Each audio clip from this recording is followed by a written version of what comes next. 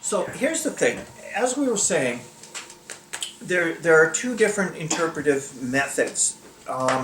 Basically, there's the shield chart, which seems to be the older one, and then there's the astrological chart, the house chart, where the figures are put into the houses. As near as I can tell, I think that the house chart came later. Shield chart is the evidence seems to be that this is similar to African systems of divination and some things like that. The neat thing about the house chart is that you can start to use different kinds of rules in the interpretation.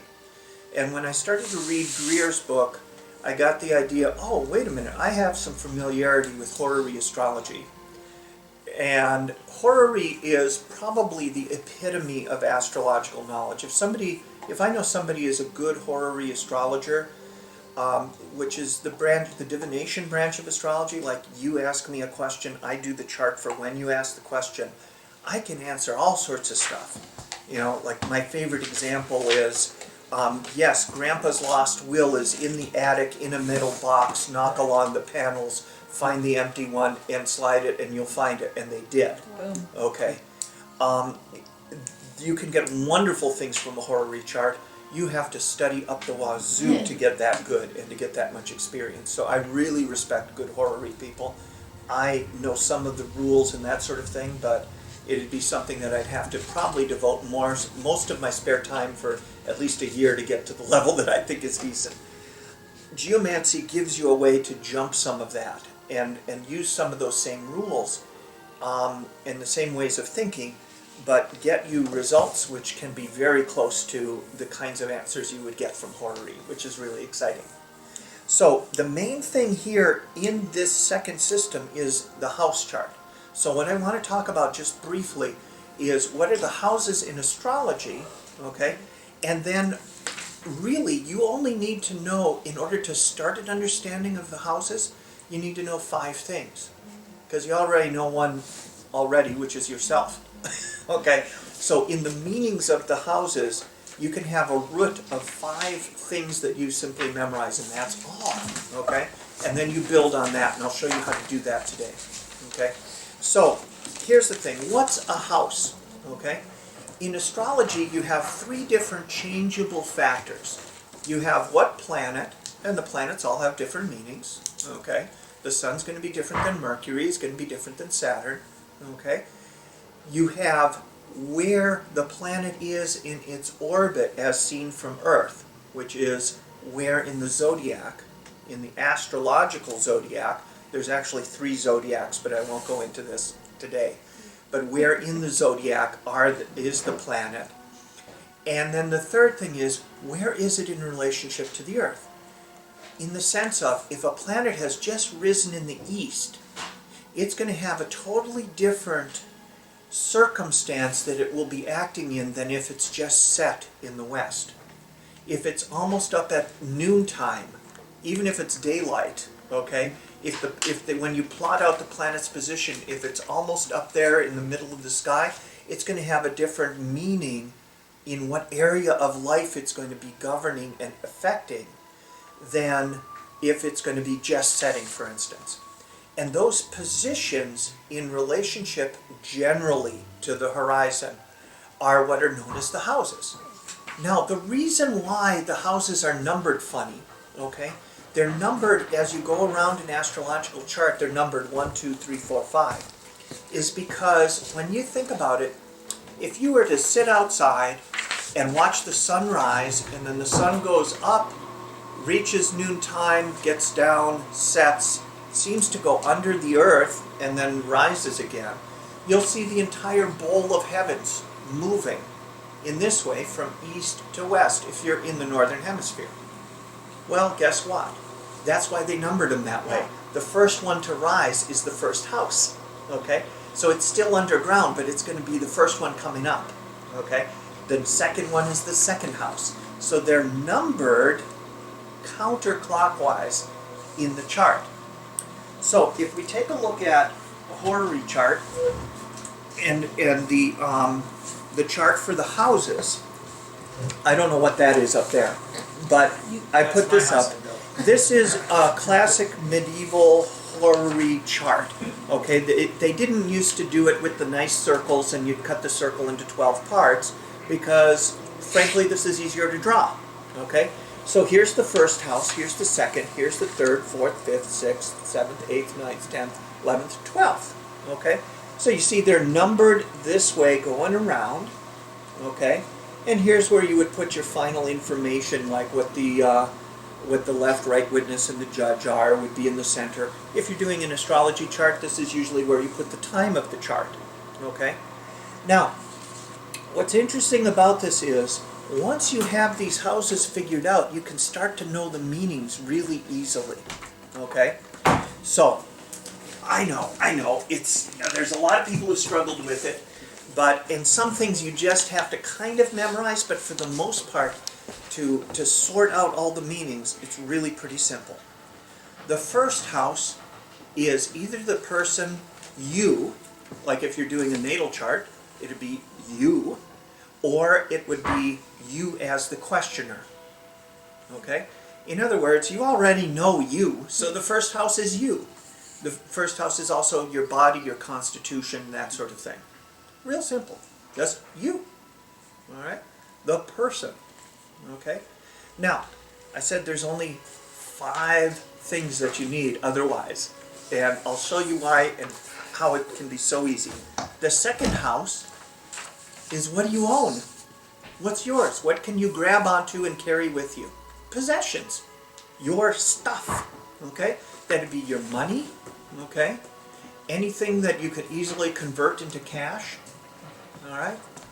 Now, I'm giving more the medieval meanings of these because that's what fits with geomancy. There's all sorts of psychological extrapolations that modern 20th century astrology came up with, which I won't go into, okay, because we generally don't need them in geomancy. So second house is your stuff, all right? Third house is your neighborhood, okay? Short trips, all right? Now, some people set the line at about 200 miles, okay? You could argue, as one famous astrologer does, that if you're an airline flight attendant and you're flying to Switzerland 2 times a month, okay, and you wander around in the streets and you have your favorite hotels and stuff, that's practically your neighborhood too, even though it's a long distance, okay? So you kind of have to work out this, you know, I mean, but that would be an extraordinary circumstance where a long journey is still in your neighborhood, okay? But for the most part, third house is your neighborhood. It's short trips, okay? Now, also in your neighborhood are your brothers and sisters, okay? So siblings. Still third house? Still third house, okay? Now you see that short trips and knowledge, gossip in your neighborhood, things like that, people talking to each other, is also communication, okay? You know, you talk to your neighbor over the fence, whatever, you know? You go down to the butcher shop and they say, did you know so-and-so is sick, or whatever, okay? That's third house. It's communications that happen. So, here we are. There's you, there's your stuff, the coins in your pocket, for instance, and then you go out into your neighborhood, third house. Easy so far, right? Mm-hmm. Okay. Fourth house, the bottom of the chart, as it were, okay, is one of the other people that's important, Dad. Okay? And in medieval times especially, it was Dad that ruled the roost. So the fourth house is the land and the property. Okay? In other words, wealth that you can't move with you. So you might not have a lot of coins, but you may own, as they said in Monty Python, huge acres, okay? You know, huge tracts of land, okay? If it's huge tracts of land, laddie, it's fourth house. So what's the difference between possession and property? Possession is stuff you can move around. You can put it in your pocket. Yeah. Yeah, you could put it on your wagon if you're exiled to the next village, okay? But you're not going to take your castle with you, okay? Or your little shop where you're the blacksmith or something. You know, the blacksmith's tools would be second house, but the actual shop and probably the forge would be fourth house possessions. Okay. Yeah, I have compulsion about that. So fourth house is all of that, okay? And it's dad, okay? It's home life to a certain extent, okay? Because, you know, where you were raised, etc. Okay? Fifth house. Now, fifth house is really interesting astrologically because there's a number of different things with it, but the main thing to remember is the fifth house is how you have fun. Okay? Now, how you have fun is sex, and guess what? The fifth house is also children, the result of sex. Okay? It's also things like theater, okay? Going out for a good time, gambling, okay? Any kind of speculation, all right? Now, what's interesting is when you're doing natal astrology, one of the rules is anything that's like first to sixth house is considered personal, and fifth house can really give you an idea of how the person has fun, and sometimes they don't like people knowing how they have fun. Yeah. Okay, it can be a very personal thing. Okay, so if you see some, you know, kinky planets there, you get a sense of how the person has Sex for fun. sheep is fine. Yeah.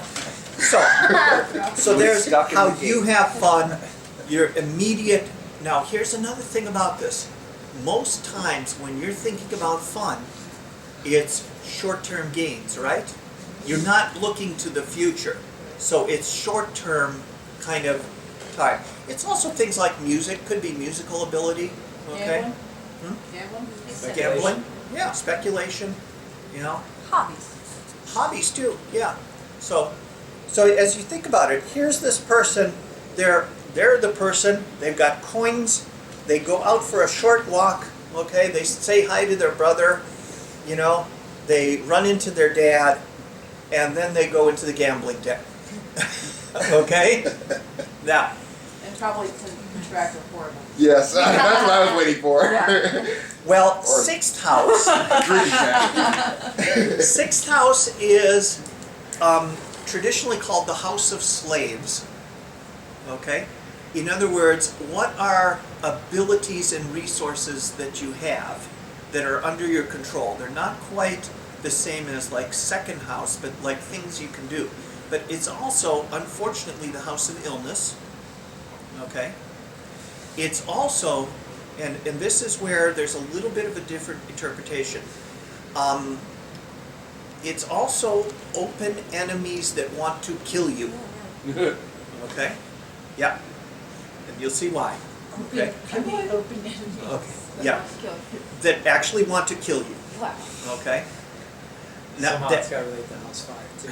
Well, no. There's. I'll get to some of the interrelationships, but sixth house is things that could undo you and that kind of thing. But it's also resources that you have. Okay. As in. Resources in terms of abilities or skills. Yes, Skills. or you know, in some senses, your workers are sixth house if you own a business. Your slaves were part of your resources when you owned like a plantation, or you owned, you know, your Roman villa in 200 BC, whatever. Those were things that you have that work for you. Okay? Now, yes, And your pets. yes, and animals size of a goat or smaller. Okay? When you become, Are you serious? yes, when you become a horary astrologer as a professional, they give you a standard sized goat so that you just know the line The between. size of your goat? Yeah. So, And so it's small animals So and there pets. is a house that deals with larger animals. Yes. so Yes. where would, Yes, like, and you will see in a moment how you can figure that out. Because look I've just gone through 6 houses, Right. okay? And I said there were only 5 things to know, because you already know yourself, okay? Now, here's the cool thing about these houses. These 6 houses are the ones that are below the earth, okay, when you're doing an astrological chart. So they're kind of hidden. They're the personal things that you don't want people to know so much about. Below the horizon. It's below the horizon. It's planets that have set or planets that are about to rise, okay, but they haven't made it up into the daylight. So there's a way in which they're kind of hidden. You might have somebody say, if you're doing an astrological chart and you have somebody with planets all below the horizon, they're going to be one of these people that, you know, plays their cards really close to their vest. It takes you a while to get to know them, okay? And there may be stuff going on with them that they don't let people know that easily.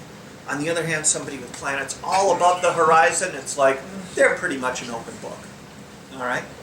So, now, how is it that I can say that we have 6 and now we know all the rest of them? Because there's this really cool trick. Because when a house is in one place, the house that's opposite in the chart gives you a total clue. So if you are house number 1, okay, opposite in the chart is house 7, okay, right across. So if it's you, what's house 7? Not you. The other person. Your mate? Your mate, your business partner, okay? It's the reflection, the other experience.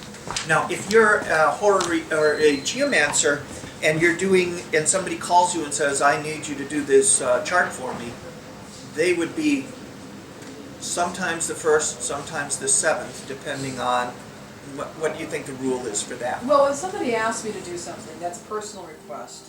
So I put them in the first house. You put them in the Now, first.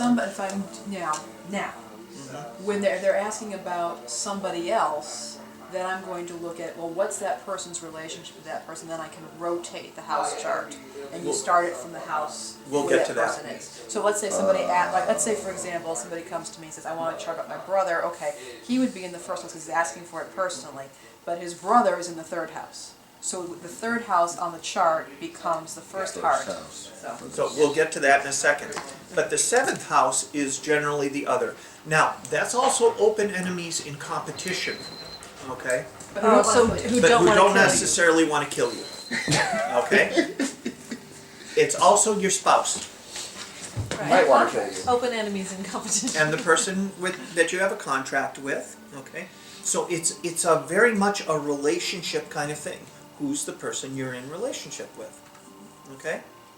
Now, 2nd house is your stuff, right? Okay, things that you have that you carry around that's real easy, okay? You have it in your possession, okay? So what's opposite that? 8th house. Stuff you don't own. Stuff that the other person owns, okay, is Stuff one the meaning. Yeah. Yeah. Person owns. That's OPP. Other people's. Yeah, I'm done. So, 8th house is other people's stuff. Now, the other thing that you don't own in a big way is when are you going to die? Oh yeah. So, 8th house is the house of death. Okay? It's also what don't you own? Stuff that's scary. Stuff that is generally outside of people's ken or their Barbie or any other action figure. Okay? So it's occult matters, hidden matters, okay? Mysterious things that you can't quite grasp. Why? Because it's 8th house. It's opposite 2nd house where you can grasp things. The shadow. Yeah, the shadow. See how easy this is? All right? Now, 3rd house. Remember I said it was your neighborhood and stuff like that, and you could be walking around? Well, 9th house is long journeys. Okay? Now, here's where you have to do just a little bit of thinking to remember some of the other stuff for the 9th house. You're in your neighborhood and doing household gossip and things like that and talking to people, maybe sending a letter to somebody in the next town or leaving a note for someone, which is all 3rd house, okay? Then 9th house is going to be communication in a big way. And in medieval times, who communicated in a big way? The church and the universities, such that they were, usually founded by the churches, okay, were the establishment. The king also gave out proclamations. So the 9th house is information for the masses, which includes law, legal stuff, okay, religion, the information for how to run your life, etc. So you Would get pop that added culture- into long journeys. Would pop culture then be ninth house as well, or Celebrities? Media. Pop culture, would that Yeah. be more third house or ninth house? I would even go with fifth, only because it's something that you're enjoying. Yeah. It's something that you're enjoying. It's entertainment. So media would be probably that. Well, the problem is this is a medieval. Yeah. It's a medieval. Yeah, oh system. yeah. Right, So right. the king's See, holiday. messages are third. I would say you put a video up on YouTube and it's third house because your friends all look at it. It goes viral and it becomes ninth. Well, but also tenth is public reputation. Right, And there's that. professional, so sometimes you're gonna have to discern, you're gonna have to pick your house because it could cover a couple of other ninth and things. tenth? Yeah. Right. How did the knowledge of that come about? Right. Make it, Gossip. was it Right. from the media? Was it because you knew the person, or because of a mass communication? Yeah, good question. How did it come about? Yeah, yeah. So we need to, some of these things, yeah, the modern world doesn't quite Fit it. fit, But the Um, government would be included in the ninth house. No, that'd be tenth, wouldn't it? Or magistrates would be tenth. 10th, government though, the legal system is ninth house. Government could Okay, be six. the head of People won't government kill is you. 10th, the president. Oh, so the king is not in ninth. No, no. Would it be mother because the other one was 10? I mean, No, dad? no, no, because we're not up to fourth yet. Oh. We're on third. Third opposite is ninth. Okay? So, we've got the information for the masses. The other thing is, we've got learning. Okay? The only way that you did any learning in medieval times was usually go on a pilgrimage, or go, if you were the butcher's son, you really had to go somewhere in order to gain some knowledge. So, long distance and learning and knowledge, university, Higher that kind of education. thing, higher education, Third house has traditionally been thought of as like grade school, maybe high school. College is ninth house. Okay. It's also the dominant religion. Third house is grade school? Yeah. Grade school, high school. Think about it. I can think- Where I you can go see in your neighborhood Yeah, for that learning makes sense. and communication. So you usually someplace you can walk, a school So- you can walk to. Yeah. So if ninth house is Orthodox religion, third house is the opposite, unorthodox. Okay. Small minority faiths, things like that. So, most of the way through, 10th house, okay? The top of the chart, the place where the sun is right as it's coming to noon, okay? And it's opposite the 4th.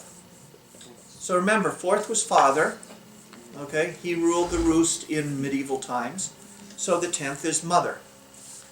You will find modern astrologers reverse these two, okay, through a common error that they have of equating a sign to to circumstances and things like that. I won't go into that, but it's a rant that I have. But 10th house, okay, so mother, and if 4th house is like your home life, 10th house is your public life, okay?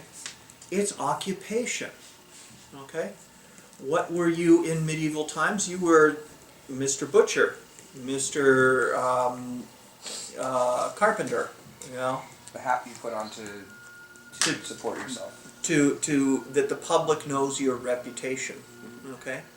There's other things like the king, specialized stuff like that. But basically, 10th house is reputation and occupation.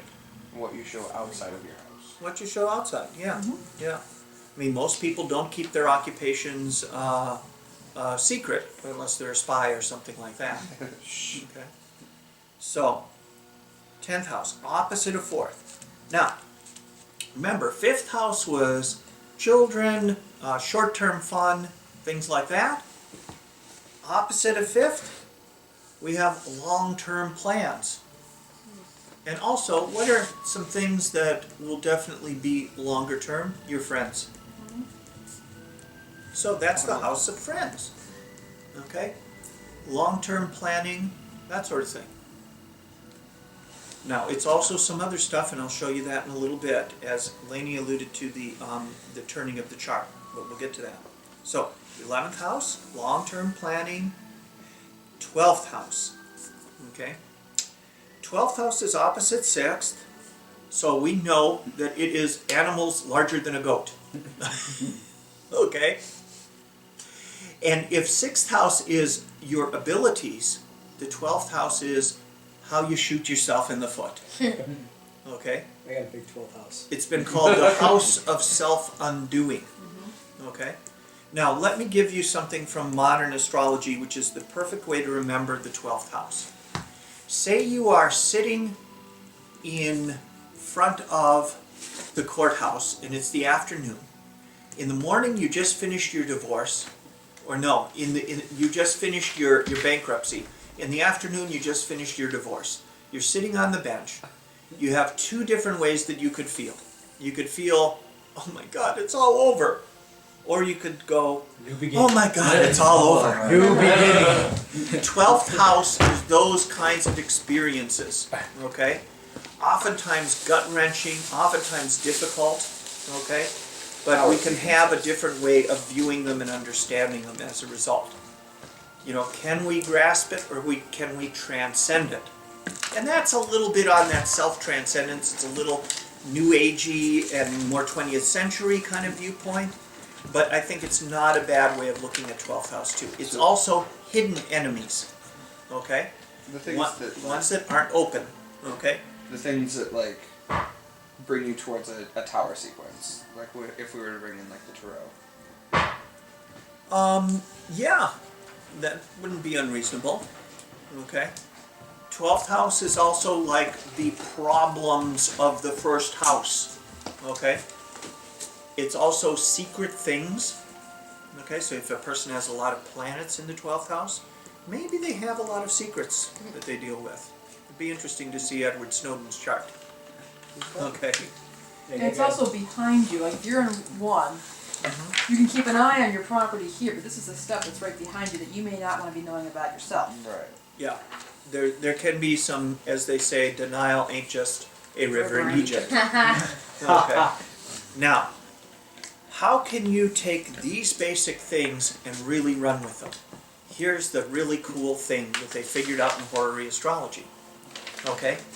Imagine that this chart was a dial. Okay? And you could kind of go click, click, click. Okay? So if you go click, click, click, you could actually change meanings around in certain ways. So for instance, remember I said you had your stuff in the 2nd house, right? Yes. Remember I said the 8th house was the 7th house person's money, right? Okay? Yes. 8th house Yes. is the other person's money. Big clue here.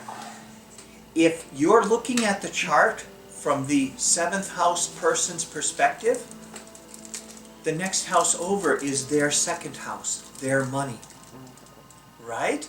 It's like you just went click, click, click, and you rotated the houses around. So from the 7th house person's viewpoint, the 2nd house is their money. The 8th house over is their 2nd. The 9th house is, guess what? Their brothers and sisters and their Their short neighbor. journeys. Okay? The 10th house is their 4th. Which means that from the 7th house person's perspective, their properties that won't move is the 10th house. Right. So all you have to do in order to get other layers of meaning of these houses is to kind of go and rotate the chart around, as they say, or spin the wheel. Yes? So what I'm seeing here, maybe this will help other people, is I see the shield as a filter to perfect what you're looking for. You know, it filters out a lot of things. And the actual house chart is to give you a reflection or a different vantage point for ideas that we're working with, or trying to find out answers.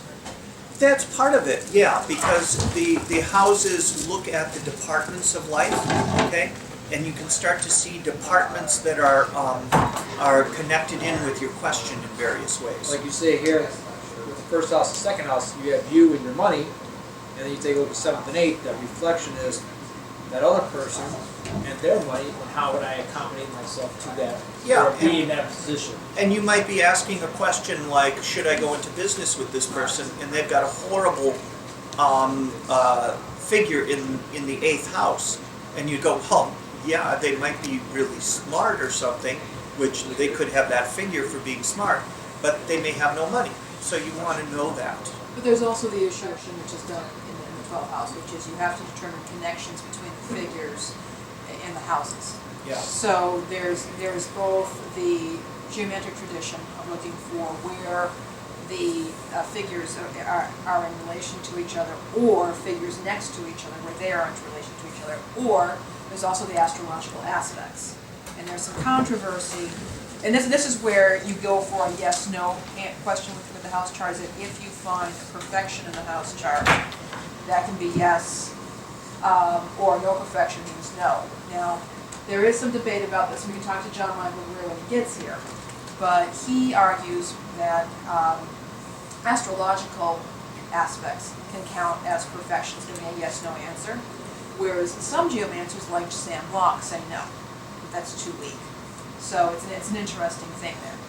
Yeah. Because I'm just saying here, it's like in the shield, it's kind of like you're filtering through to get this Final thing. final thing, and in a house, it's like saying, hey, instead of a final matter on just yes or no, or I would say yes or no, here it's giving you perspective. It's like saying, Oh, hey, you could have things that show up in the house chart that are like, yes, you will get what you're looking for, but yeah.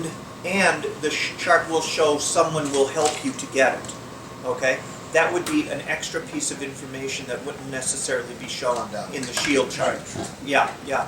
The shield chart can also show you, and this is a very interesting thing, that sometimes you won't get any perfection in the house chart, which is basically kind of a no answer to your question, but you'll get a very positive reading on your shield chart, which is basically saying things are going to work out fine, just not the way you've asked the question. There's a difference between, yeah, and so that can be really helpful. That's an interesting. I've always wondered how people deal with That's that. the way I deal with it, and I have found it to be useful. Great, great. So, Could you restate that, actually? If you don't get a clear answer on the house chart? If your house chart does not perfect, which is generally speaking a no answer to a yes/no question, but you get what looks to be a positive court in the shield chart, you're getting a positive judge, and the right witness, left witness, and then there's also the reconciler, which is something that shows how the judge is going to affect you personally. If that's looking positive, what that suggests is things are not going to work out the way you've asked the question. That's not going to happen, but something very positive is going to happen. The other thing to keep in mind, particularly when working with the house chart, is that you might get an affirmative answer to your question, but boy, is it going to suck.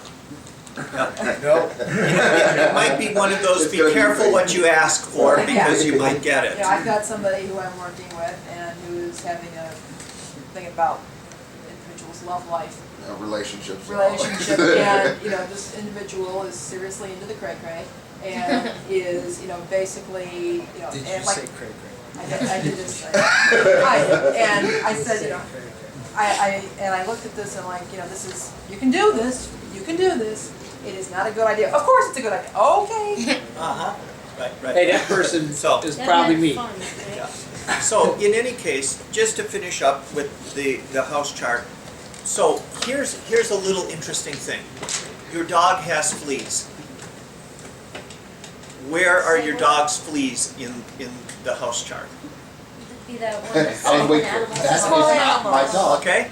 So number one, 6. there's you, is first house. Your dog would be hopefully smaller than a goat, so it'd be a 6th house. So But from his your fleas. dog's perspective, it has animals. Right? Your dog owns some fleas. Come on, really? Yeah, So like your that. dog's fleas would be the 6th house from the 6th house. So you count the dog's flea. The dog would be the first house is 6th. Oh, So you that's go brilliant. 1, 2, 3, 4, 5, 6. The 11th house would be your Yes. dog's fleas. There you go. Do you see how that works? Okay. Wait, You're- it would be the 12th, right? 11. 11th, See, look, because you it's start very- counting at the 6th house as Over the there, first. I just Okay. spin Does it that around. mean there's a relationship between my dog's fleas and my long-term plans? Maybe. Or your One friends, bottom your of your house. friends. Maybe your dog has fleas from your friends. Uh-huh, yeah, well, Or If maybe, the trip you went on. maybe you walk your dog in an area where you get fleas and you're not meeting the right people. There you go. okay, how about your nephew, Sibling. okay? Your brother or sister would be third house, right? Right. Okay? Yes. That was one of the basic meanings. So your brother or sister's children would be the fifth house from the third house. And remember, you start counting the third house as number one. So 1, 2, 3, 4, 5. Something happens to your nephew or niece would be in the seventh house. Not you. Not you. Right? Now, So this is really important sometimes in astrology, because you might see something hitting your seventh house and you'd go, oh, my wife is in danger, she's going to get sick. And it's actually your nephew or niece that might get ill with a planet going across the seventh house. Okay? So there can be layers of meaning that you find astrologically from what are called derived houses. But So this you- allows you tremendous flexibility in finding other things. If you're asking about your nephew or niece, okay, in a geomancy reading, okay, you would go, oh, yeah, so it would be seventh house. And if I'm asking about my niece, for instance, I would do the whole chart and go, oh, let's see now, seventh house is my niece, and I would look and see, is the figure there good, strong, or not. so Your minister would be ninth house. Your minister's money would be the 10th. siblings. Yeah. I consider my nieces and nephews siblings. See, and that's similar because I do the same thing. That's a Because of very your family dynamic. They're all, yeah. So Well, according to medieval standards, they're not. well. They're It's a Exactly, difference not Southern between standards. like it's a difference between tribal mindset and where's the medieval coming? What section of the world? Western Europe. Yeah, Western Europe. That's very, very indicative of the difference between tribal and Western European mindset. Is like tribal mindset is like my cousins, my auntie, my everything. This is all very family. Tribal versus house. Right. Whereas like if you were Royalty or right or the on that system. right. So, in a final sense, yes, you have to look and be careful about some of these meanings. You know, look them up. Start to add to. You know, why would ninth house, you know, be 1, 2, 3, 4, my dog's dog bed? Okay, if somebody has some crazy list, you know, because that's your dog's home, you know, or maybe the dog house, you know, probably more the dog house, you know, probably the dog's bed would be the seventh house. On the same. You know, so, but keep in mind we have to then project, for instance, some people have done things in horary astrology, like, okay, what happened to this airplane, okay? And you could do a chart for the time the airplane disappeared, as what happened just unfortunately recently. Well, there were old rules about what parts of a chart were for a ship, because there were people saying, okay, will my ship return, you know, and make me wealthy? Okay, and the different parts of the chart were connected. Well, you just project that onto a car or onto an airplane. And so there are ways of working with this. You do have to be a little bit careful and suss this out, you know, but you can use this house system to find the subject of what you're looking at. You know, and if you start to get this sense of how to turn the chart, get these feelings and whatnot, and get the different relationships within the chart, you can really start to not only read your astrological charts, but your astrological geomancy charts much better. You know, and you can see that the relationships inside, once you just know those first 6 houses, it'll help you to remember it's the opposite of at least one of the meanings of that house is the one across the chart from you. Remind me to ask you.